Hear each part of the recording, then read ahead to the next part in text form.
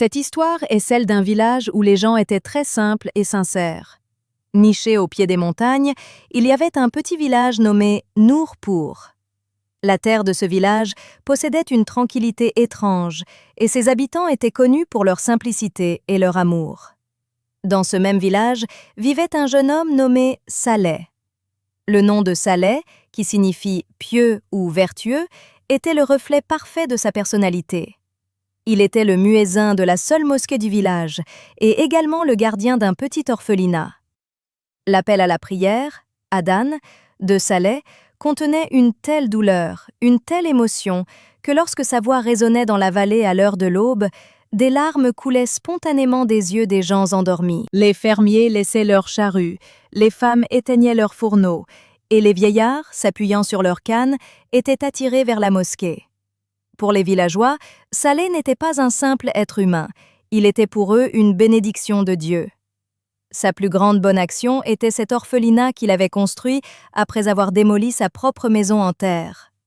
Pour les enfants du village qui avaient perdu la protection de leurs parents, Saleh était devenu un père.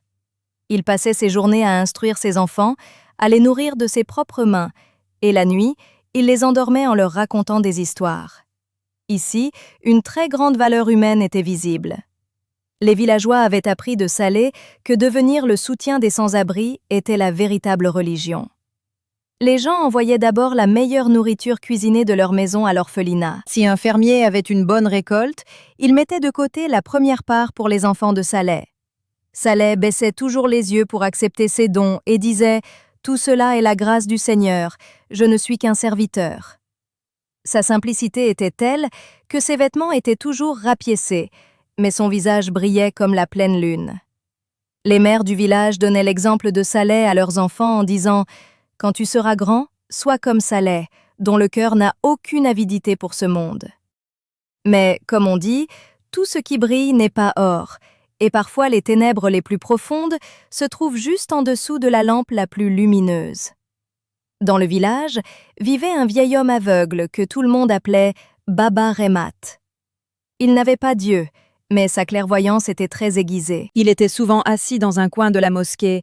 Un jour, Saleh aida Baba Remat à descendre les marches de la mosquée. Lorsque la main de Saleh toucha celle de Baba Remat, le vieil homme retira instinctivement sa main d'un coup sec. Une étrange panique s'empara de son visage. Un commerçant demanda « Que se passe-t-il, Baba? Saleh t'a seulement aidé. » Baba Remat, se frottant les mains tremblantes, dit « Ses mains. Il n'y a aucune chaleur de vie dans ses mains. Quand il m'a touché, j'ai eu l'impression qu'un cadavre m'avait attrapé. Son toucher avait le froid de la glace et la terreur d'un cimetière. » Les gens ont ri des paroles de Baba Remat, les qualifiant d'illusions d'un vieil homme. Personne n'a prêté attention au fait que le vieil aveugle avait vu ce que ceux qui avaient des yeux ne pouvaient pas voir. Le temps passa. Le nombre d'enfants dans l'orphelinat augmentait. Mais une chose très étrange était que ces enfants ne pleuraient jamais. Les orphelins pleurent souvent en se souvenant de leur mère. Ils font des caprices, ils font du bruit. Mais les enfants de l'orphelinat de Saleh restaient totalement silencieux. Il y avait une désolation et une peur étrange dans leurs yeux.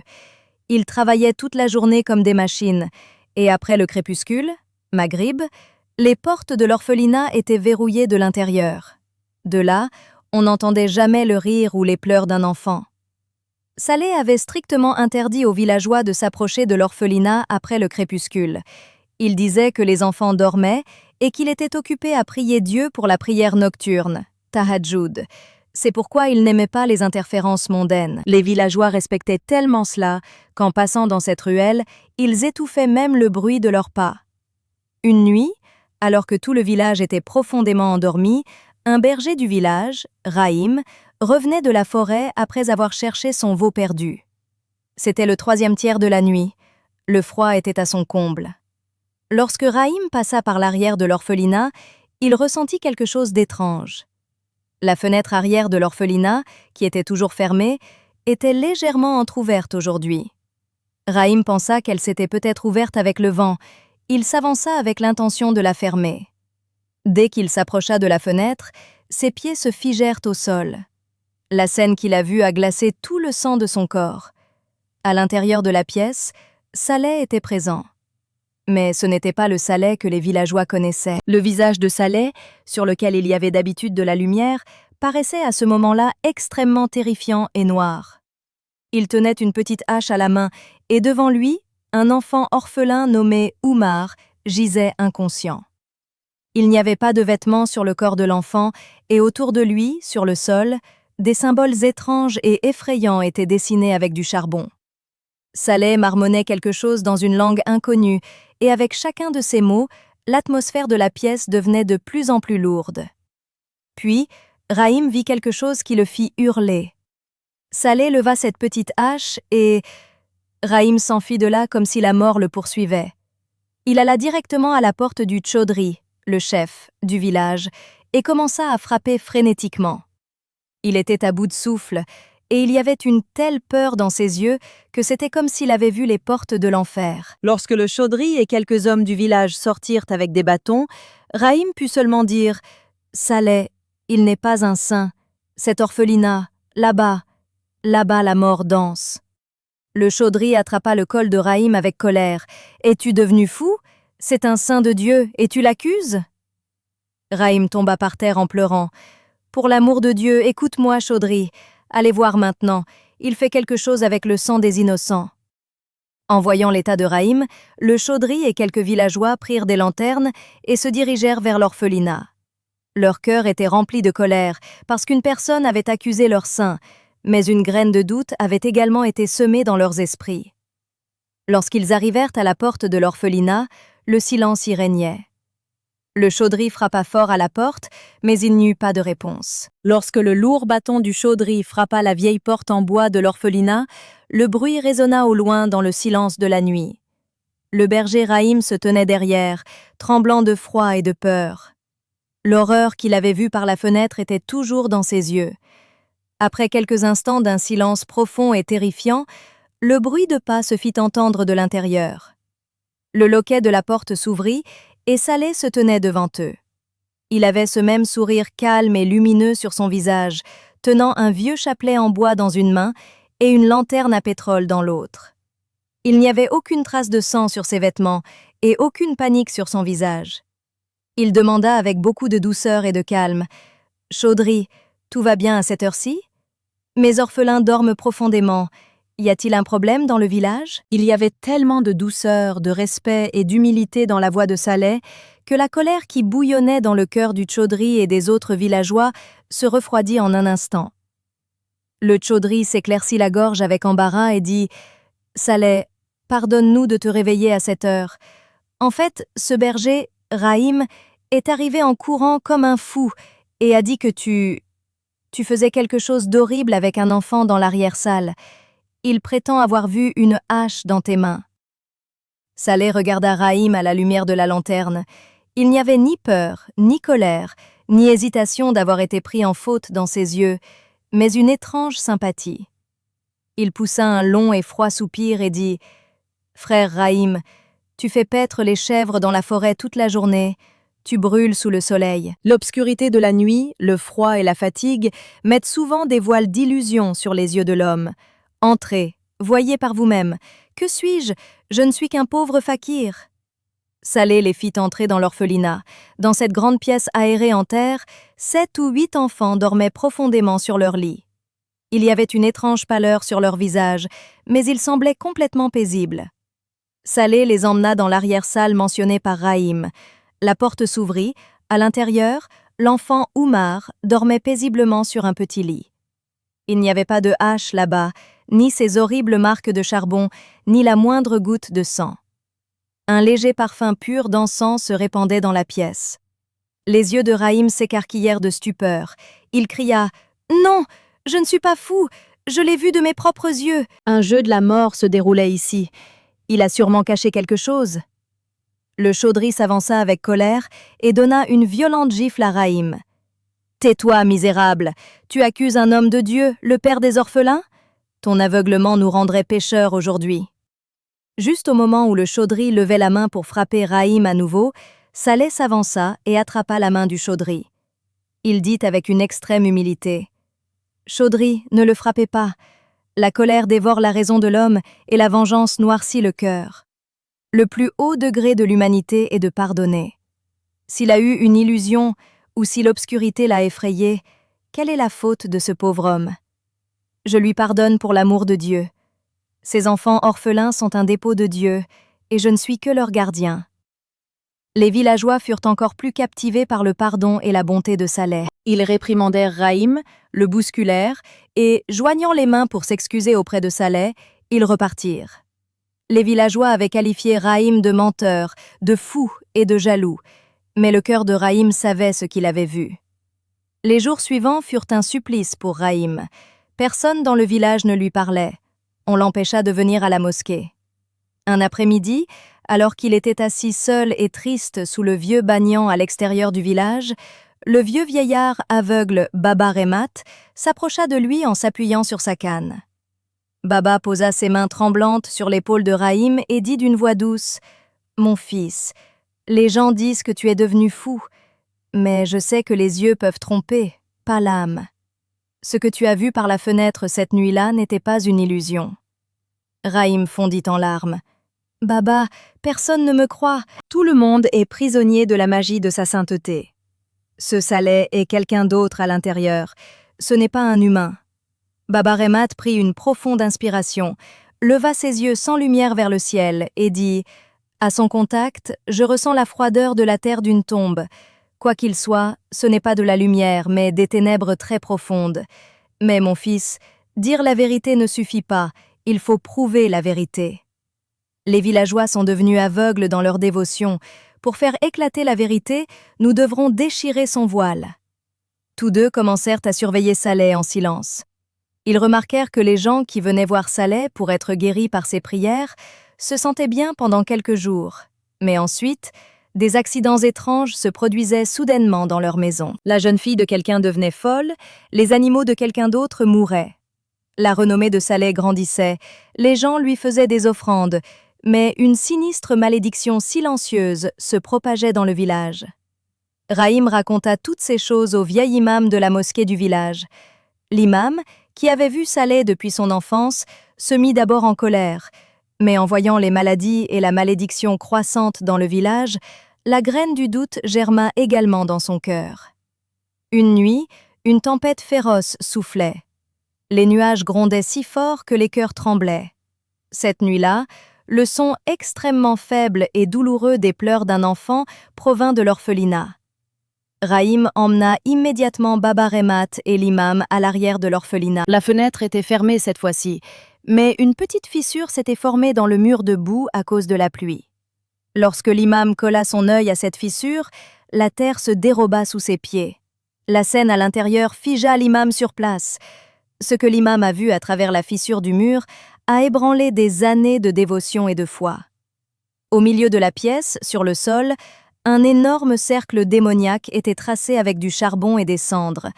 Au centre de ce cercle, le même enfant orphelin, Oumar, était allongé. De l'écume blanche sortait de la bouche de l'enfant, et son corps se raidissait comme si une force invisible le déchirait. Et Saleh, ce Saleh qui louait Dieu à la lumière du jour, dont le visage était considéré comme ayant la lumière des prosternations, était assis là, complètement nu en ce moment. Son corps était recouvert de cendres noires et ses yeux étaient rouges comme des braises. Il tenait un exemplaire du Saint-Coran à l'envers. Il récitait les versets du Coran à l'envers dans une langue extrêmement macabre et répugnante, magie noire. Et au fur et à mesure qu'il récitait, les cris de l'enfant s'intensifiaient. L'imam recula, tout son être trempé de sueur malgré le froid. Son cœur battait si fort qu'il avait l'impression de briser ses côtes. Il regarda Rahim et Baba Remat et dit, haletant, d'une voix larmoyante, « Oh mon Dieu, quel diable avons-nous pris pour protecteur de notre village? À quel monstre avons-nous confié nos enfants orphelins innocents? Ce n'est pas de la sainteté, c'est la pire forme de mécréance. » Baba Remat frappa sa canne sur le sol. « Je vous l'avais bien dit que son toucher avait la froideur des morts. Nous devons arrêter cette atrocité cette nuit même. » L'imam envoya immédiatement Rahim réveiller quelques hommes forts et sensés du village, en particulier le Chaudhry, mais sans dire à personne de quoi il s'agissait. Moins d'une demi-heure plus tard, le chaudhry et une douzaine d'hommes du village se tenaient là avec des lanternes et des bâtons. La pluie et la tempête continuaient. Le chaudhry voulut demander quelque chose, mais l'imam dit en pleurant « Chaudhry, regardez de vos propres yeux quel tourment nous avons vénéré aujourd'hui. » Lorsque le chaudhry regarda à travers la fissure, la lanterne lui échappa des mains. Cet homme, qui avait giflé Rahim quelques jours auparavant en le traitant de menteur, se mit à pleurer à chaudes larmes. Ici se cachait une très grande leçon et une grande valeur. Peu importe à quel point la vérité est amère, et peu importe à quel point le mensonge est attrayant et enveloppé sous une apparence sacrée, l'homme doit toujours se tenir du côté de la vérité.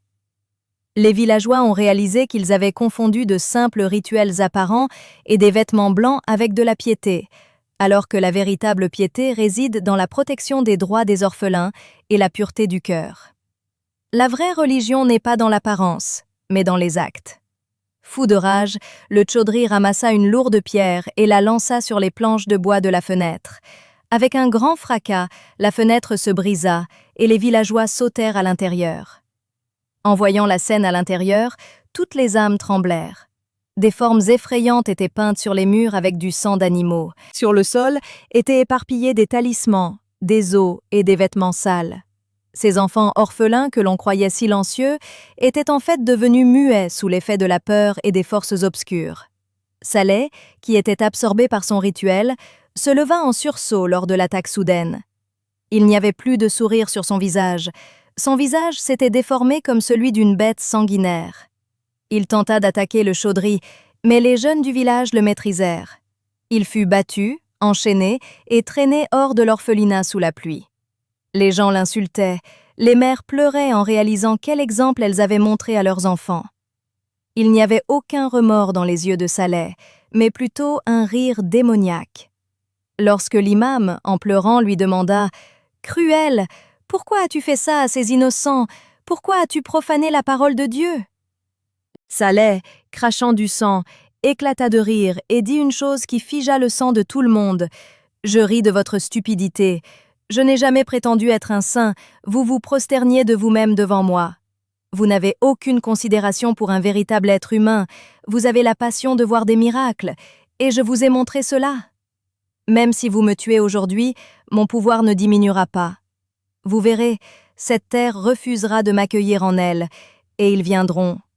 Les gardiens des ténèbres viendront m'accueillir. » Son rire diabolique terrifia encore plus les villageois. Ils l'enfermèrent dans une vieille cellule sombre du village et placèrent des gardes à l'extérieur. La nuit de tempête était passée, mais la peur qui planait sur le village de Nourpur persistait encore. Le soleil s'était levé, mais sa lumière n'avait pas la chaleur et le calme habituels. Les villageois n'avaient pas pu dormir de la nuit. Les mères étaient assises, serrant leurs enfants contre elles, et les hommes étaient assis la tête baissée sur la place du village. Le souvenir terrifiant de la nuit tournait dans l'esprit de chacun, où leur soi-disant saint, Saleh, était assis nu dans un cercle de sang d'orphelins innocents et de magie noire. Au matin, le chaudhry, l'imam, le berger Rahim et quelques jeunes hommes forts du village prirent des bâtons et se dirigèrent vers cette vieille cellule où Saleh avait été emprisonné la nuit. La cellule se trouvait à l'extrémité du village. Au fur et à mesure qu'ils s'approchaient de la cellule, une odeur extrêmement nauséabonde et putride se répandait dans l'air. C'était l'odeur d'un animal mort depuis plusieurs jours. Lorsqu'ils atteignirent la lourde porte en bois de la cellule, aucune voix humaine ne venait de l'intérieur. Cependant, il y avait d'étranges bruits de rongements et de grattage. Crunch, crunch, quick, quick, comme si des centaines de petites dents déchiraient quelque chose de dur. L'imam, les mains tremblantes, ouvrit le loquet de la porte. Dès que la porte s'ouvrit, la scène qui s'offrit à eux obligea plusieurs jeunes hommes à vomir sur place. À l'intérieur de la cellule, Saleh n'était pas vivant. Mais sa mort n'était pas une mort ordinaire. Le corps de Saleh gisait sur le sol, et sur tout son corps, des centaines, voire des milliers de rats noirs et terrifiants rampaient. Ces rats étaient beaucoup plus gros que la normale, leurs yeux étaient rouges comme des braises, et ils déchiraient vicieusement la chair de Saleh pour la manger. Les yeux de Saleh étaient restés grands ouverts, figés dans la terreur et l'agonie les plus extrêmes du moment de sa mort. Ce visage que les gens qualifiaient de lumineux était maintenant défiguré par les dents des rats. Ici se cachait une très grande et silencieuse leçon de la nature. Celui qui avait revêtu le manteau de la blancheur et de la pureté apparente, tout en étant devenu à l'intérieur un repère de crasse, de tromperie et de satanisme, la nature a remis sa fin entre les mains des insectes de la crasse, les rats. La véritable identité d'un homme n'est pas dans ses vêtements ou sa langue mielleuse, mais dans son caractère et la façon dont il traite les orphelins. Celui qui a arraché la vie d'orphelins innocents, aujourd'hui les créatures les plus basses de la nature déchiraient son corps.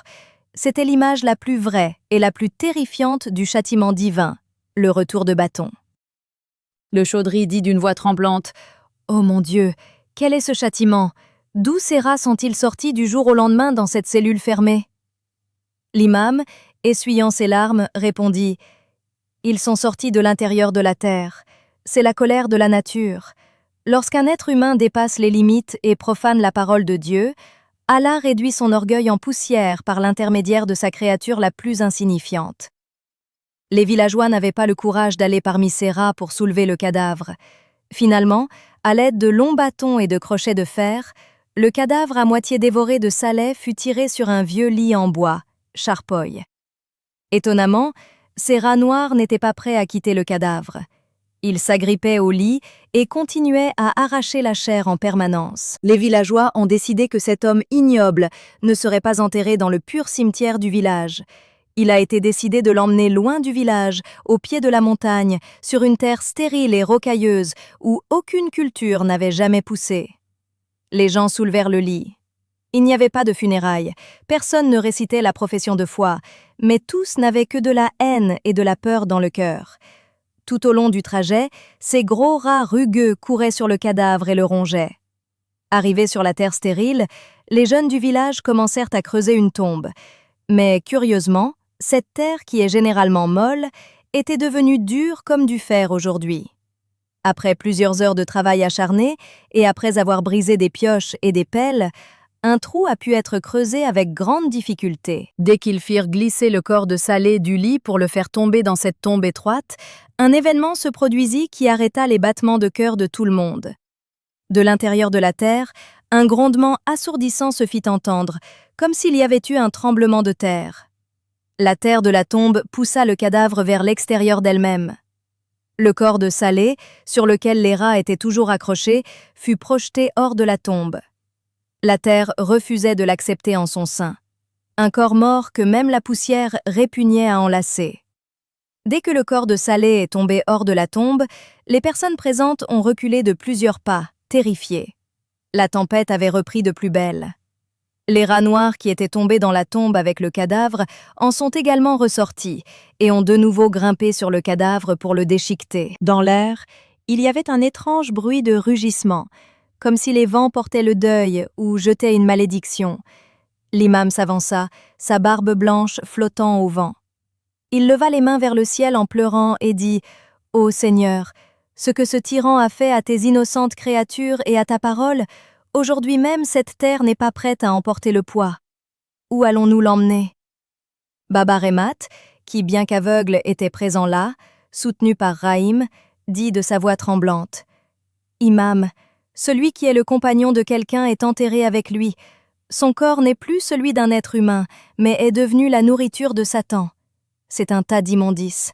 Ne le séparez pas de ces rats. Au lieu de jeter de la terre sur lui, jetez de lourdes pierres, afin qu'il ne reste pas comme un ulcère sur la poitrine de cette terre, mais qu'il soit enterré avec ces insectes, qui sont sa véritable famille. » Les villageois comprirent les paroles de Baba Remat.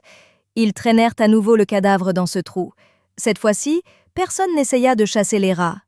Ces centaines de rats, dont les bouches étaient rouges de sang, étaient assis sur la poitrine, le visage et le ventre de Saleh et le rongeaient.